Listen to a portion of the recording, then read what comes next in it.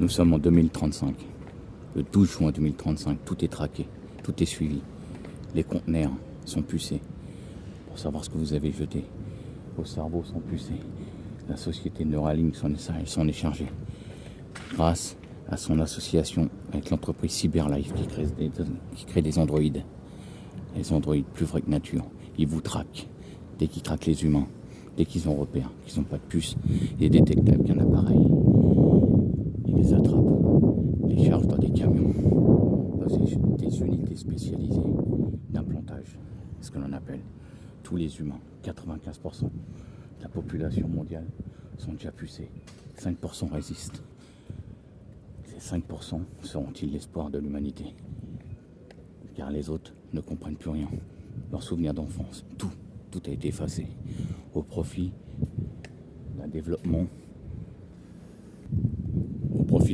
du cerveau avec les puces pour toujours plus de loyauté, toujours plus de travail, toujours plus d'esclavage.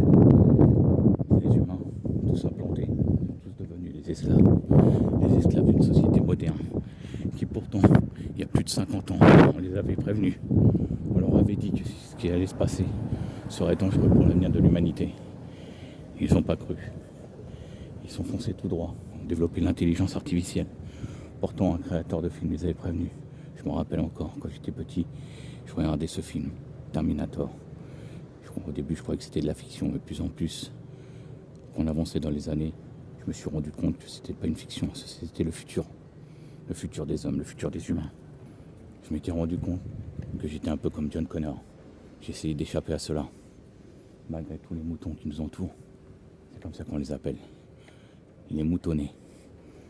Car avec leur puce implantée dans le cerveau, et leur crédit social et tout, car le travail a été anéanti pour 90% de la population.